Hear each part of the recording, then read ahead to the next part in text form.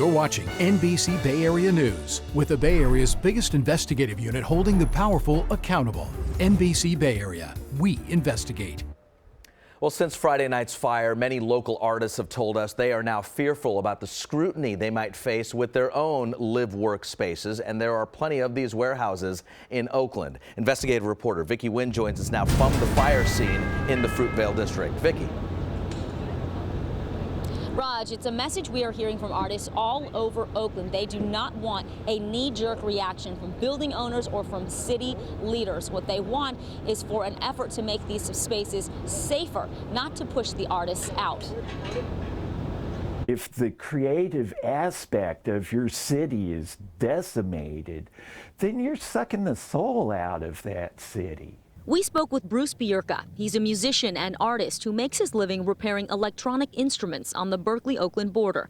He says he and many of his friends in the creative community have already been pushed out of city centers to make way for developers and high-cost housing. He says that dynamic is fueling these makeshift live-work spaces like Ghost Ship. In fact, we found a place nicknamed Deathtrap. No one at the Artist Co-op wanted to go on camera, but city records show it's one of several alternative spaces that has been on the radar for inspectors.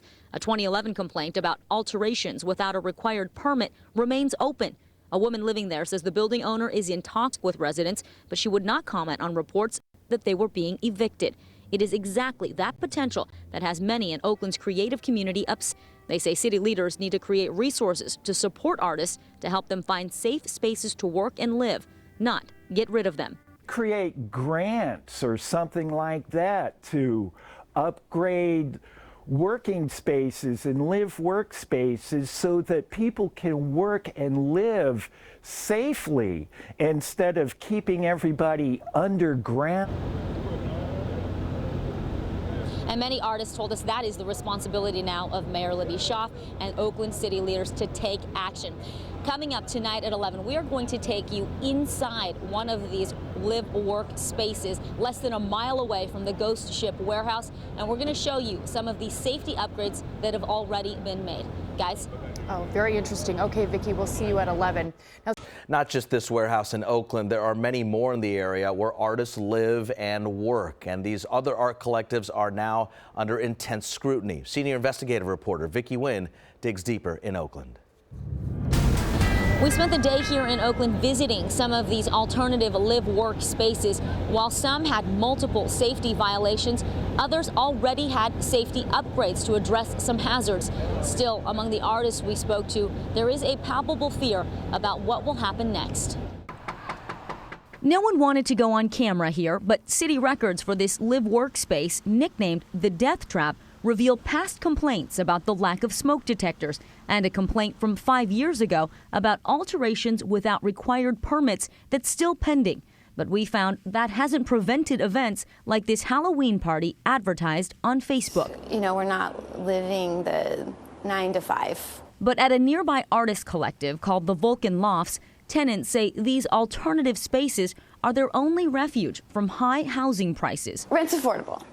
You know, we make it work. Drea Ives lives in this warehouse. She and 5 roommates split the roughly $3,000 rent.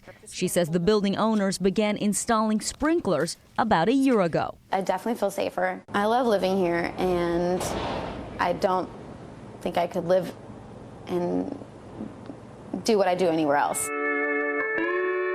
Everywhere I've been, I got pushed out of.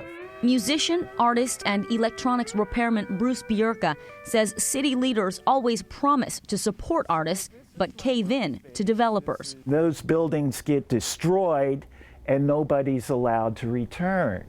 It's a bait and switch. A city that prides itself on creators now facing tough choices about how to keep them. In Oakland, Vicki Wynn, NBC Bay Area News.